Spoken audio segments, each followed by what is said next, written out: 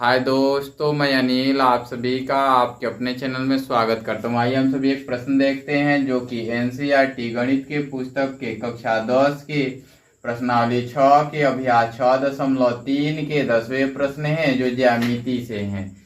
ये त्रिभुज ज्यामिति का चैप्टर है, उससे है।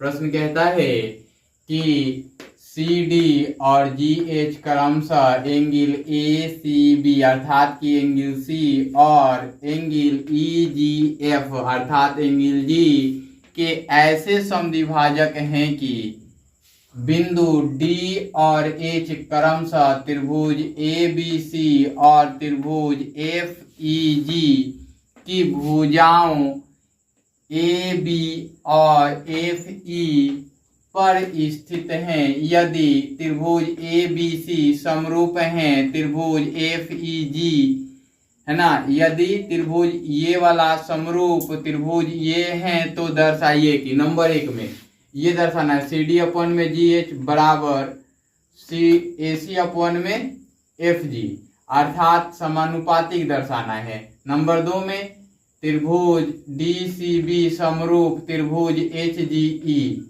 3 नंबर में त्रिभुज DCA समरूप त्रिभुज HGF। अब आते हैं आगे की ओर। इसको समझने के लिए मैं समझाऊं पहले तब बनाऊंगा। वीडियो को शुरू से अंत तक जरूर देखिएगा, आपको काफी बेनिफिट मिलेगा। बाकी यहाँ मैं जैसे पढ़ाता हूँ वैसे ही हम वीडियो डाल देता हूँ। मैं यहाँ ये नहीं सोचिएगा कि वीडियो हमें दूसरे तरीके से मिलता है, यहाँ भी उसी तरीके से पढ़ाता हूँ और यही कॉन्सेप्ट देखिएगा, ये लोग भी समझेंगे, आपको भी समझना होगा। ये ट्रायंगल हमने 2 बना लिए, ठीक है ना। दोनों ट्रायंगल का माप अलग अलग हो जाएगा। एक ट्रायंगल ABC है और एक ट्रायंगल FEG है। तो F यहां कर लें या यहां से करें EFG। तो एंगल A जो है वो एंगल F के बराबर होगा। एंगल B जो है वो एंगल E के बराबर होगा। एंगल C जो है एंगल G के बराबर होगा।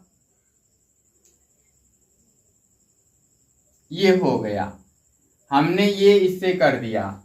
अब कहता है कि त्रिभुज ABC और त्रिभुज FEG की भुजाओं AB और FE पर स्थित हैं कौन? D और H। और ये इसके इन कोनों के क्या है? अर्धक हैं। ACB के अर्धक हैं अर्थात कि ऐसे समद्विभाजक हैं। ये इस कोण को 2 भागों में बांटते हैं, है ना। इस कोण को क्या करते हैं? 2 भागों में बांटते हैं। यहां 2 भागों में बांट दिया। ये वाला एंगल और ये वाला एंगल बराबर है। और यहां पे ये AB पर क्या स्थित है? D। AB पर D स्थित है। फिर कहता है कि H जो है वो FE पर स्थित है और इनके समद्विभाजक अर्थात ये कोण और ये कोण दोनों बराबर हैं, ये H हैं। अब कहता है कि त्रिभुज ABC समरूप है FEG के। अब आ जाते हैं आगे की ओर। यहाँ ये समद्विभाजक है तो हमें ये तीनों प्रूफ करने हैं, यानी कि DCB समरूप है HGE के। ये वाला प्रूफ करना है, ये नीचे वाला DCB, है ना। तो ये हम कर लेंगे। हम देखेंगे कि कोण अर्धक 2 बराबर भागों में कैसे बांट देते हैं, ये देख लेंगे। समरूप बताना है तो हमने क्या करना होगा कि पहले तो ट्रायंगल में ये वाला कोण और ये वाला कोण बराबर दिया गया है। ये G और ये G बराबर है ना। तो ये ऊपर वाला और ये नीचे वाला समरूप होगा। ये नीचे वाला और ये ऊपर वाला समरूप होगा। देखिए इसमें डबल लाइन एंगल, इसमें भी डबल लाइन एंगल, इसमें एक अर्धक तो यहाँ भी एक अर्धक, यहाँ पे सिंगल लाइन है तो सिंगल लाइन वाला में सिंगल, फिर यहाँ पे कोण अर्धक तो कोण अर्धक। ये है, समझ में आ गया होगा। अब आ जाते हैं आगे की ओर। ये हमने समझा दिया। तो ये समरूप दिए गए हैं, ये समरूप तो पहले से दिए गए हैं, ये ट्रायंगल और ये ट्रायंगल समरूप हैं, दर्शाना इनको है। तो पहले हम क्या करते हैं कि ये वाली एंगल और ये वाली एंगल को बराबर कर लेते हैं, बांट लेते हैं। तो इसके लिए अकॉर्डिंग इसके और इसके अंदर चलेंगे। तो लिखेंगे, यहां दिया हुआ है कि एंगल क्या दिया गया है, B बराबर एंगल E, यही दिया गया है ना। अब देखिए कि एंगल BAC या DAC, DCB कर लीजिए, DCB बराबर हो जाएगा किसके, यहां से डबल लाइन वाले में देखिए EGH के, एंगल EGH के, ये बराबर हो जाएगा। और यहाँ पे ये क्या होगा, ये जो है ये कोण समद्विभाजक के अर्धक हैं तो ये बराबर बांटेंगे। और यहाँ पे ये अर्धक हैं और ये कोण क्या है, समरूप त्रिभुज के कोण हैं, ये कोण समरूप त्रिभुज के कोण हैं। और यहाँ ये वाला, यहाँ से ये कोण लिया था हमने और यहाँ से ये कोण लिया था, तो ये जो बनेंगे क्या बनेंगे, ये त्रिभुज के कोण समद्विभाजक DC और GH के द्वारा बनाए गए कोण हैं। तो यहाँ पे ये वाला ट्रायंगल DCB समरूप हो जाएगा, या यहाँ से देखिए त्रिभुज H, यहाँ लिखिए HGE, ऐसे लिखिए HGE, इस प्रकार से लिख लीजिए और इसको लिखिए AA से, है ना। इसी प्रकार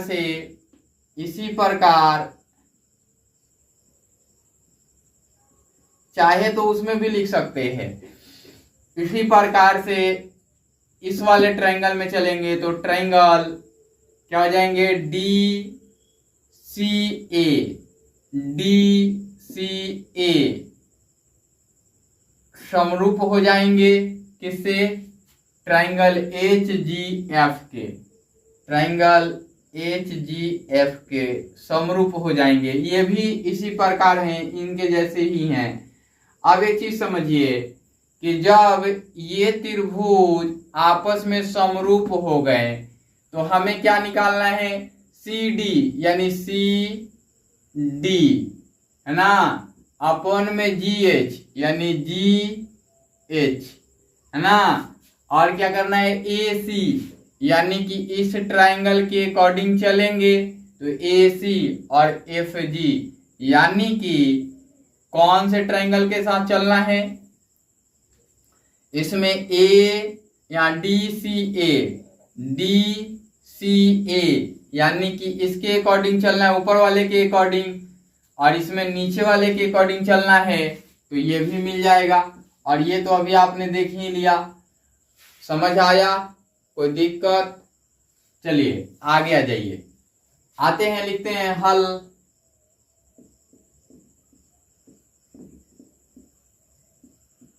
दिया है, क्या क्या दिया गया है, CD और GH क्रमशः एंगल ACB, इसको मिटा देता हूं मैं, समझा दिया हूं ना, चलिए मिटा देता हूं। बाद में देख लेते हैं। और एंगल EGF के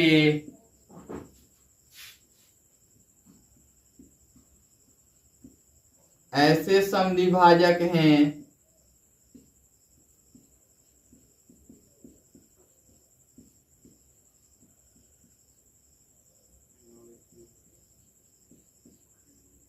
कि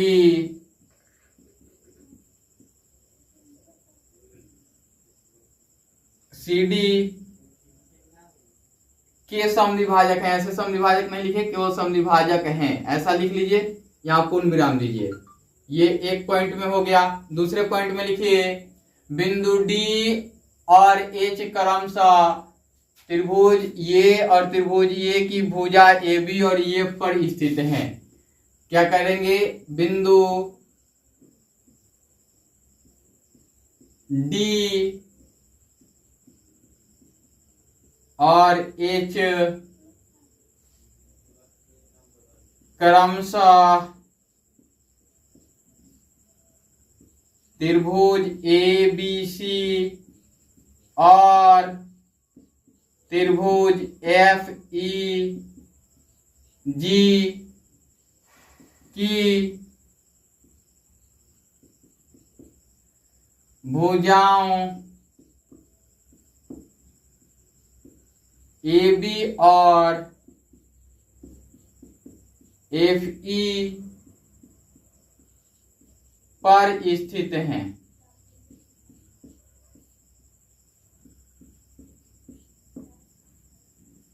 कहता है कि त्रिभुज ये वाला समरूप है। और क्या दिया गया है? त्रिभुज ABC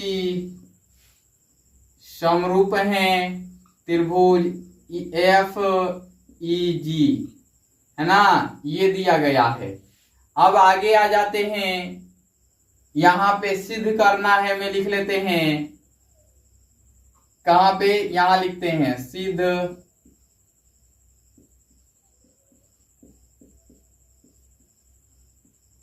करना है, यानी कि ये नंबर 1 का सिद्ध करना होगा। तब के लिए मैं बता रहा हूं सिद्ध क्या करना है। नंबर 1 में CD अपॉन में GH बराबर AC अपॉन में FG, ये सिद्ध करना है। यहां हम रचना कर लेते हैं। दो ट्रायंगल खींचना है हमें।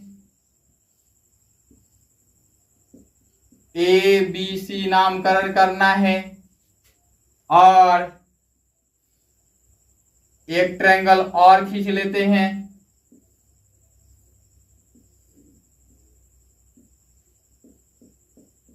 EFG नामकरण करते हैं। अब देखिए कहता है कि ट्रायंगल इतना हो गया और इसमें कोण C का, यहां पे इसका समद्विभाजक है ना, और इसका समद्विभाजक G का समद्विभाजक है। ये वाला ये कोण और ये कोण बराबर है ना, और यहां से G का समद्विभाजक ये कोण और ये कोण आपस में बराबर है ना। तो यहां है D और यहां है H, G के ही समद्विभाजक हैं। ये हमने रचना कर लिया।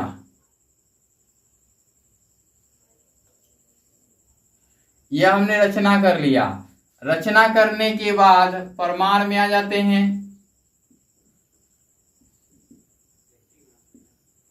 प्रमाण ट्रायंगल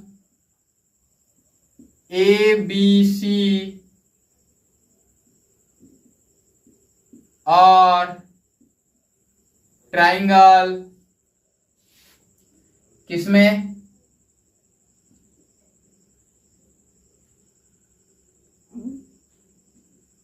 ट्रायंगल FEG में, है ना। क्या क्या दिया गया है? इसमें दिया गया है एंगल ए बराबर है एंगल एफ के, है ना।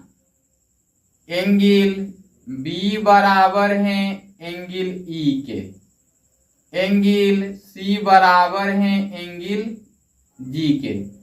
इतना तो दिया गया है, ये तो जान रहे हैं आप, चूंकि समरूप त्रिभुज है ना, ये समरूप त्रिभुज हैं। और नंबर 1 इसको इक्वेशंस मानिए, नंबर 2 इक्वेशंस मानिए, नंबर 3 इक्वेशंस मानिए। ये ऐसा नहीं लिखना पड़े कि ऊपर दिया गया है ऊपर दिया गया है, ऐसा नहीं। 1 2 3 मानने से क्या बेनिफिट है कि आप जहां भी इंप्लीमेंट करेंगे बगल में लिख देंगे समीकरण 3 से, तो ये आसान हो जाएगा। और यहाँ पे देखिए हमने लिखा यहाँ एंगल डी सी ए, क्योंकि हमें क्या चाहिए, AC चाहिए, तो DCA कर लेते हैं। तो यहां करते हैं, चूंकि एंगल DCA है ना बराबर है, यहां से करते हैं HGF, चूंकि ये चाहिए FG चाहिए, तो एंगल HGF ये होगा ना। और ये किससे होगा, चूंकि CD और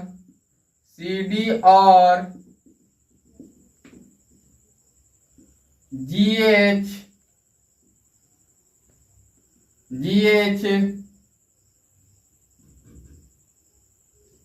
अर्धक द्वारा निर्मित कोण,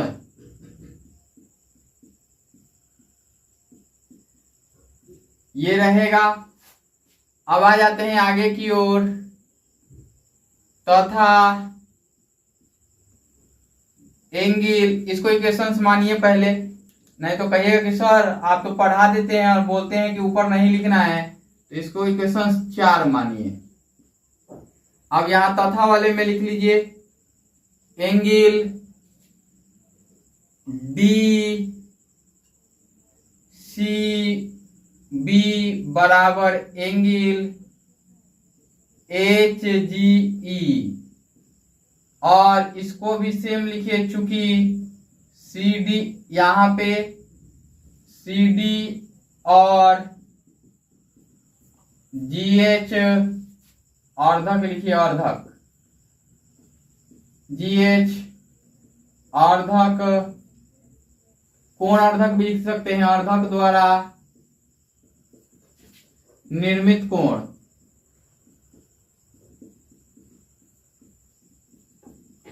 ये लिख सकते हैं आप। इसको इक्वेशंस आप 5 मान लीजिए, इसको इक्वेशंस 5 मान लीजिए। ये काफी आसान होगा, पैनिक होने की जरूरत नहीं है, ठीक है, बहुत आसान है। केवल लाइन बाय लाइन आपको ड्रॉ करना है, लाइन बाय लाइन इसको बनाना है, सॉल्व करना है। चलिए अब आ जाते हैं आगे की ओर। यहां पे आते हैं कि ये वाला कोण और ये वाला कोण बराबर हो गया, यानी कि त्रिभुज किसमें चलना है हमें, DCA में, और त्रिभुज HGF में। अब त्रिभुज DCA में A और त्रिभुज HGF में दिख रहा है,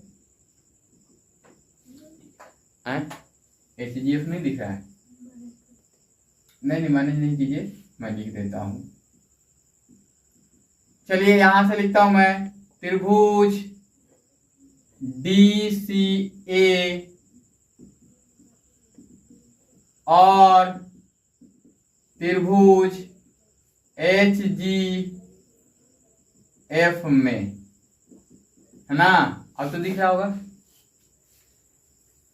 क्या क्या दिया गया है। यहां एंगल ए बराबर एंगल एफ, ये कौन से हैं, त्रिभुज ए बी सी समरूप हैं त्रिभुज, इसको भी नीचे लिखना पड़ेगा ना, त्रिभुज ए बी सी समरूप हैं त्रिभुज एफ ई जी के, एफ ई जी, है ना, इसलिए ऐसा लिखा गया। और यहां से देखिए हमें जो जरूरत है डी सी ए और एच जी एफ की, एच जी एफ की, तो एंगल क्या है, D C A is equal to angle H G F, समीकरण किससे, 4 से, दिख रहा है ना,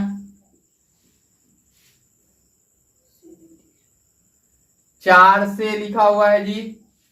चलिए अब यहां तक तो समझ में आ गया। अतः त्रिभुज क्या समरूप हो जाएगा, डी सी